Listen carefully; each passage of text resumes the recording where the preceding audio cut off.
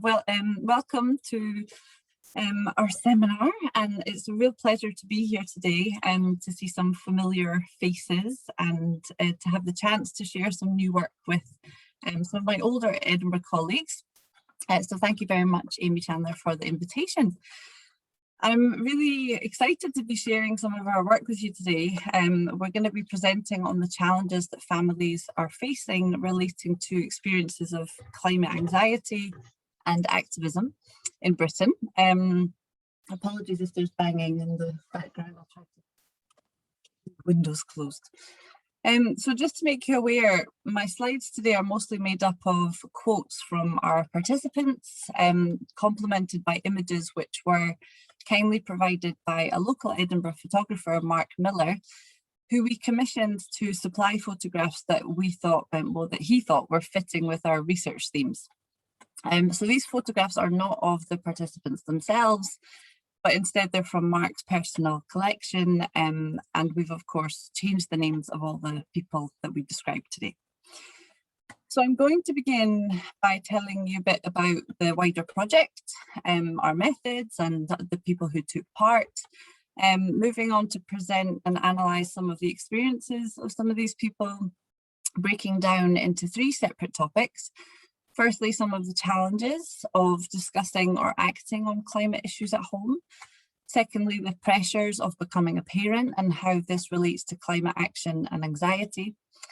And thirdly, how family relations impact people's hopes and fears for the future, including perceptions on how we might talk to children about the climate crisis.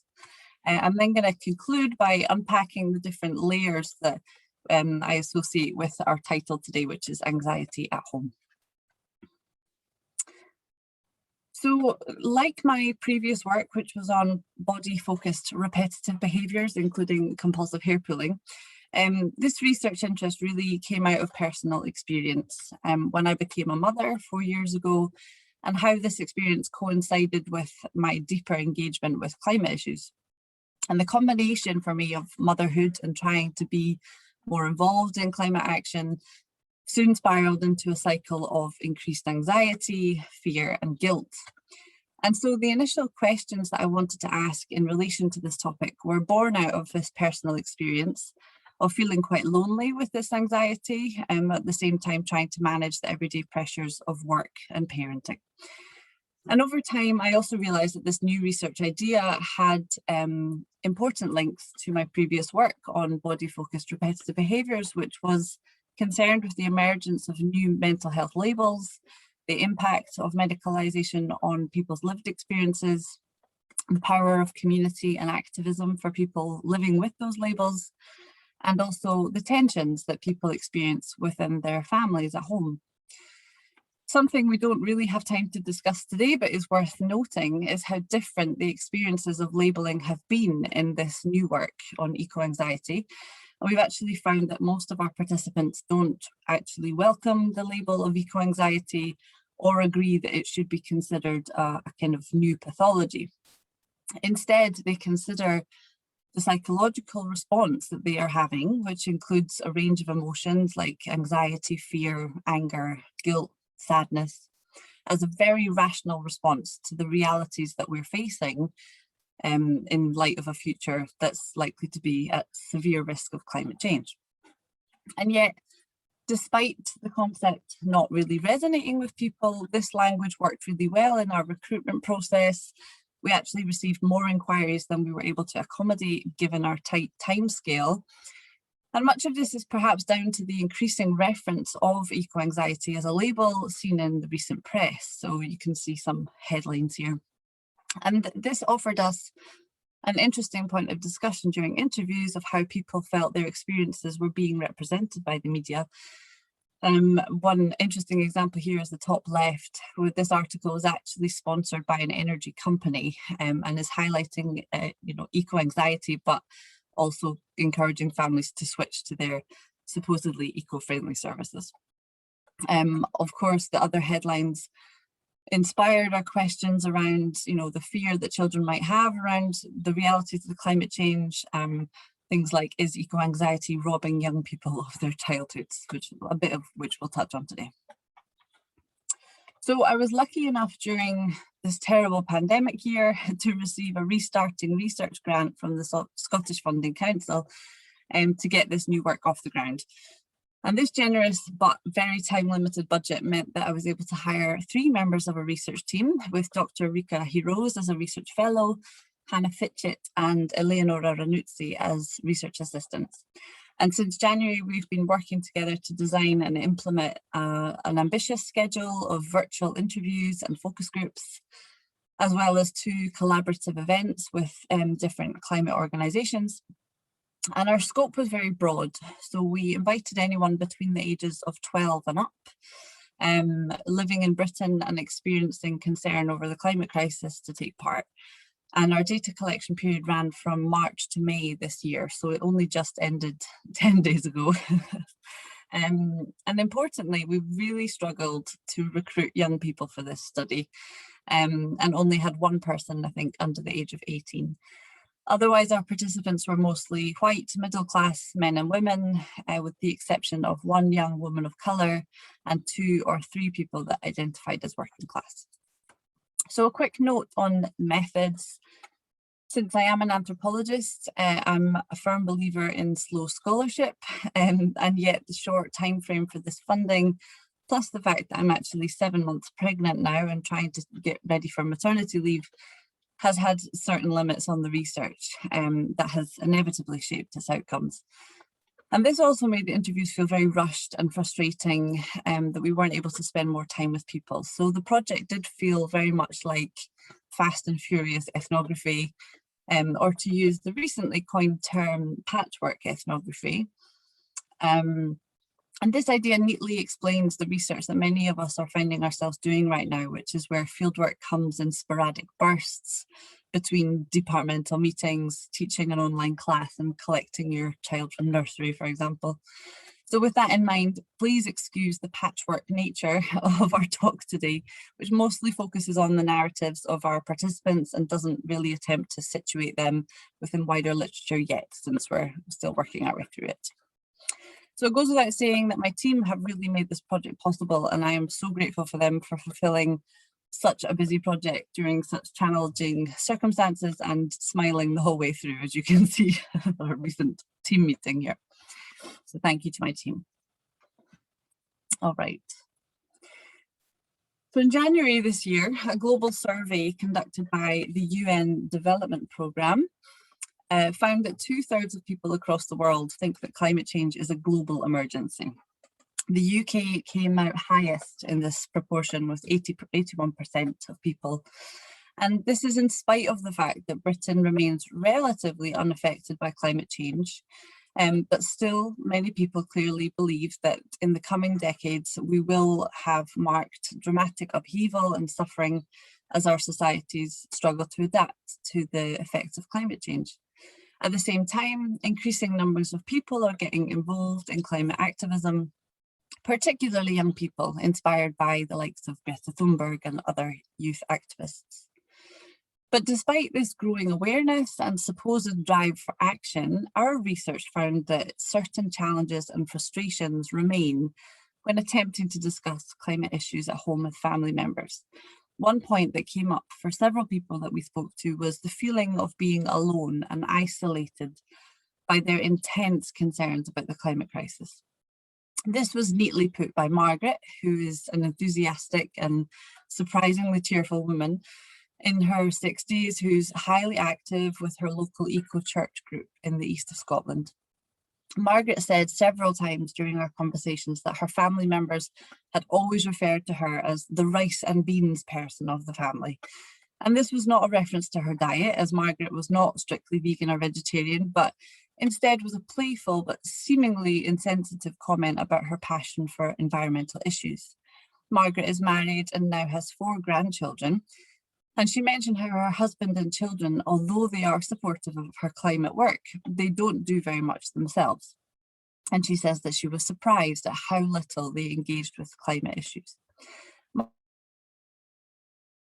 responsibility of climate action lay with her. She said that this made her feel quite lonely, and she was also annoyed that she was being singled out in ways that made it appear that being concerned for the climate was just her thing. She gave us the example of getting gifts at Christmas. She said, for a very long time in my life, I've been seen as that person within the family. You know, you get the green Christmas present, but nobody else gets the green Christmas present. So, you know, why not? You get the Christmas present that's all natural ingredients bought from the eco-friendly website, but nobody else gets that. What's that all about? Margaret's story was dotted with intermittent bursts of laughter, but there also seemed to be some built-up frustration in the tone of her voice. And she said, I think there's a problem. People don't see that this is something everyone needs to think about.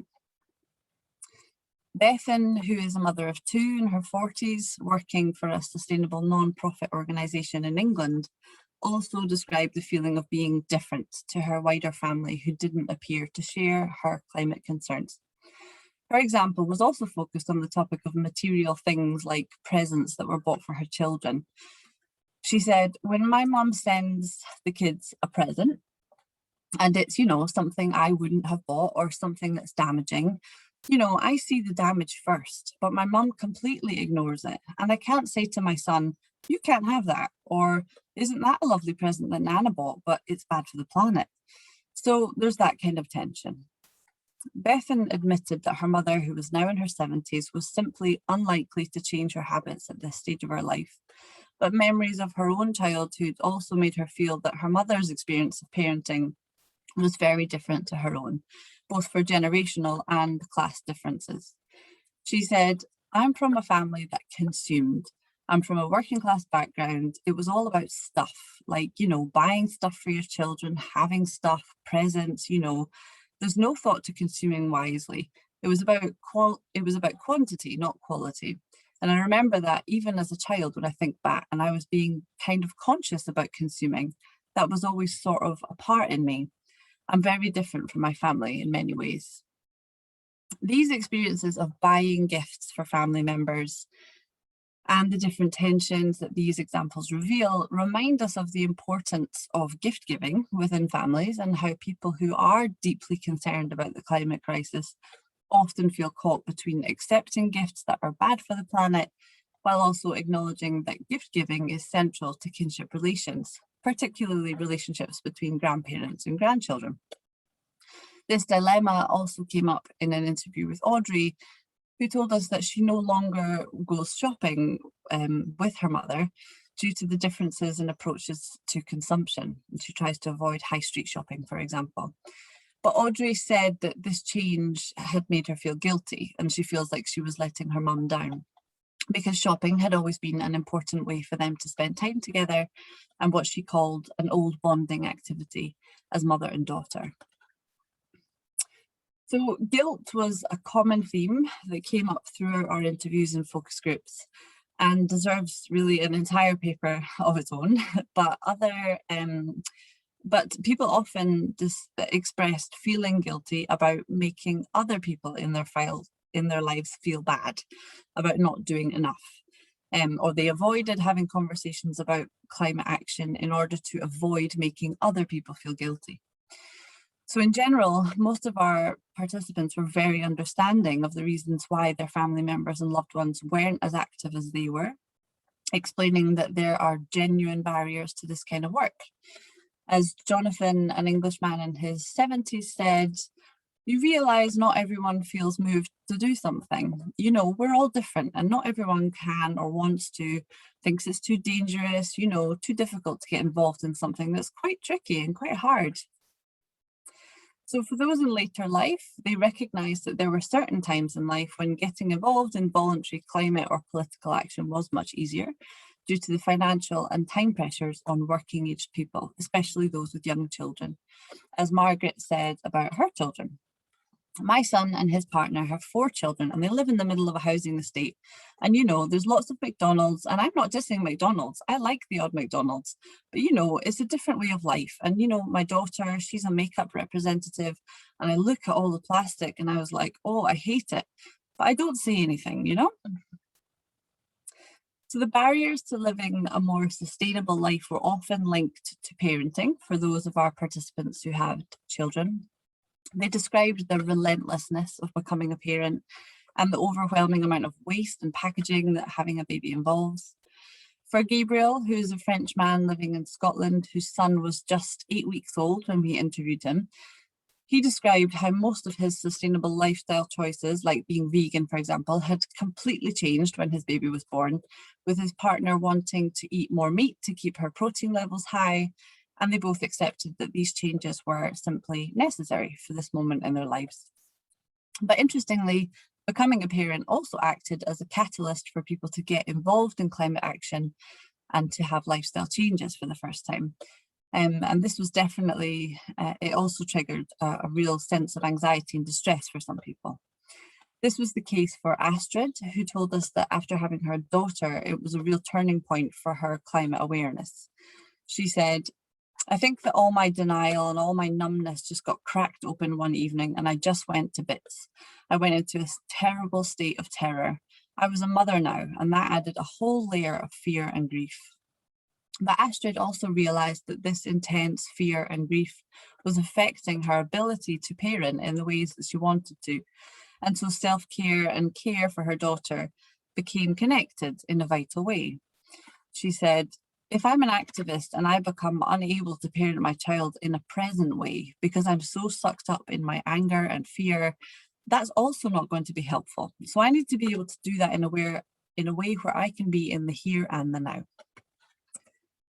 So the idea that spending time with children or caring for children required being present in the moment was a topic that came up several times, and related to the supposed innocence of children, particularly connected to the ways that children relate to and interact with the natural world. Many of our participants felt that these aspects of childhood innocence were lost as young people in Britain grew up and became more affected by the society around them. As Astrid said about her daughter, "I think there's something about the spontaneity of a child in a certain innocence as well, and that's where the heartbreak comes in, because I kind of anticipate those moments when she's going to have realizations about the world that are going to be really difficult to face, and I won't be able to make it okay for her because that's not my job." These kinds of thoughts about the future were a cause of great sadness, fear, and grief for our participants, which were closely linked to their family relations. As Derek, a Scottish man in his late 50s, told us, "It still makes me quite emotional thinking about my daughter's future. I feel it's going to be very hard, and I feel the sense of failure as if I haven't managed to do more to protect her. That's ridiculous, in some respects, but it's also been a combination of a driver, something that will push me to do things." Bethan also saw having her own children as a driver in her climate work, mainly seeing it as an opportunity to raise them in a more climate conscious way. She said, "Having my own children, that was the spark that then made me think about how I can pass values, the right values, onto my children. I suddenly thought, you know what? I want to teach my children. What do I want them to see? And what kind of role model do I want to be for them?" Others also talked about how they would raise children with values or resilience to deal with the inevitable difficult future ahead. And these values were centered on a care and a respect for the natural world and all beings, with some parents and teachers agreeing that encouraging children to spend as much time outdoors would help to instill this instinctive love for the natural world and a desire then to protect and care for it. And this was deemed much more effective than simply teaching children about plastic in the ocean, for example. Many of these people had remembered their own childhoods being like this when they spent lots of time outdoors, and mentioned that this was where their love for nature had come from. But they also mentioned that this all connected to their rising anxiety and concerns because they'd seen these environments change over time. So building resilience in children was quite another matter, and was almost entirely discussed in terms of psychological resilience, being mentally and emotionally prepared for the realities ahead, rather than a practical resilience like growing their own food, for example, which I had actually expected to hear much more of.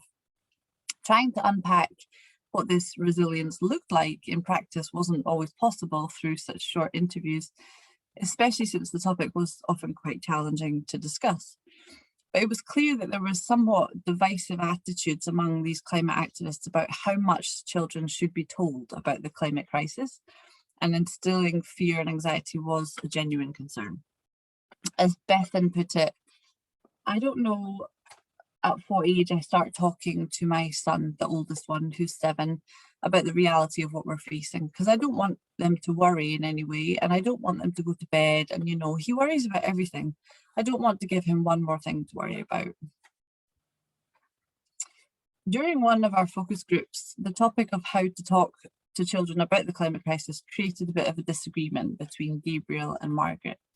Margaret had mentioned that children needed to be involved in climate conversations and empowered to make positive change to help shape the climate outcomes for the future. She said, and it's not too late. We can make a difference. There will be much regret if we have not told our children what might happen if we don't change a few things. When she said this, there was a slight pause, and then Gabriel jumped in, while simultaneously cradling his newborn baby in his arms, whose tiny head was just visible at the bottom of our screens.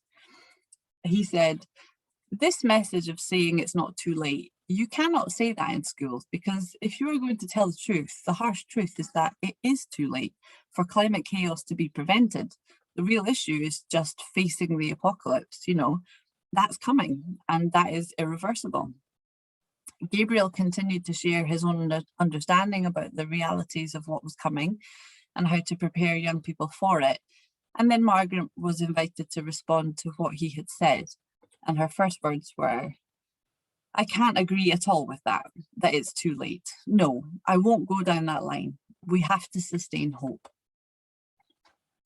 The balance between hope and fear was something that came up very often, and there's much to discuss there too. But with an eye on wrapping things up, I'm just going to turn to the topic of deciding to having children for those people that we met. And surprisingly, in our group of participants, there were only 2 women who told us that they had decided not to have children for climate reasons. Another older woman whose son was now 26 told us that she couldn't understand people who choose to have children now. This was only the second interview that myself and my research fellow Rika had conducted. And when she said this, I was quite thankful that my head and shoulders were only visible and not my growing baby bump beneath the desk. Another perk of remote ethnography. But later on, Rika and our research assistant Hannah conducted an interview with another younger woman who had explained her own reasons for not having children. And she said, "I was about 18 years old. I started understanding ecosystems more and seeing the destruction and realizing how destructive humans are, and realizing that, yeah, if you can at least stop it with yourself, then you're restricting your impact."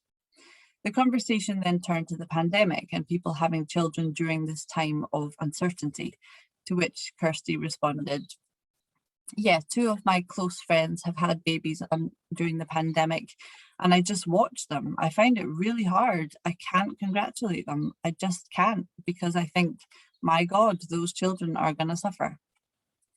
For Gabriel, having recently had a baby by surprise, as he put it, and he previously thought that he would not have any children, he explained that although he knew his son's life would be difficult, he acknowledged that people still have children in war zones, for example, as he said. But for him, he was able to accept that his son's life would be far more challenging than his own, and he was prepared to try and give him the tools to deal with this uncertain and difficult future. Overall, we were quite surprised that there were a number of participants who still looked forward to having their own children, despite their fears about what the future might look like. So I want to kind of conclude and wrap up and think about this title of Anxiety at Home, because I think it has multiple layers and meanings. So firstly, of course, this refers to the fact that climate concerns in the everyday impact the lives of people who are involved in climate work or action, as well as their family members and social relations. It also refers to a point that several people made about them only realising the enormity and the severity of the climate crisis when it was actually brought home to them, and a sudden realisation that this could affect my children, for example. And kinship in this sense is quite an immediate thing, something close to home, just your own network, rather than a sense of relatedness to a family globally, to a wider global family. And many people described and justified this as trying to fathom anything beyond their own lives was just too big to come to terms with. But when it was framed to them as being closer to home, then they could accept it, and then it felt more real. The word home as well, of course, links to our ideas about Earth and our collective home. And therefore, people are experiencing the distress associated with putting that home at risk. And this point helps us to think more broadly about what that home actually means, and who we might consider as our family within that home. This connects to what many of our participants said, a sense of relating to the natural world, often talked about in terms of care, so that in order to deal with the climate crisis, we need to fundamentally shift the way that we care for other beings, including plants, animals, and people. And this was mentioned in one of our group events where the question was posed to the attendees: what would happen if we lived our lives by a golden rule where we treated all living beings as we wish to be treated? How would our lives be different if we lived by this motto? But caring for the earth in this deeply relational way has already been described by anthropologists in terms of kinship, and in particular Pacific Islanders, for example, who treat the natural world in the same way that they would their family, caring for plants and gardens in the same way they would for their children. And so this is perhaps just a new concept for the British population, or some of the British population, but one that we can learn from Indigenous cultures, and much has been written about this. In one of these events, a young man actually nodded to this idea and tried to relate to this by telling us how he had named his own houseplants and how his friends often refer to their plants as their plant children. And without suggesting that this comparison be taken at face value, we might consider how these examples highlight the different cultural interpretations of care for the natural world and what types of kinship are being performed within them. And finally, this research set out to try and understand what is happening at home for people and the family dynamics around eco-anxiety. But it also highlights an important flaw in our methodology. Can you ever really understand what is happening within people's homes without meeting and observing people at home? Interestingly, though, although our methods felt quite disconnected due to the online format, in many ways we were visiting the people in their homes, observing the little screen of what was behind them as they sat at their computers. We could see snapshots of their environments, plants sitting on windowsills, artwork hanging on the walls, family photographs. There were often cameos of pets and children passing through, and also picking up sometimes on the slight awkwardness or the sudden silences that occurred when partners or family members were seen or heard in the background, or the doorbell went, the phone rang, for example. So stepping into people's lives. But overall, despite these limitations, I think our findings really demonstrate how important it is to consider the family relations of the climate crisis and what's going on for people in their everyday lives, as family dynamics are clearly shaping the way that people get involved in and respond to climate action, as well as influencing their social and emotional well-being and affecting their hopes and their fears for the future. Thank you.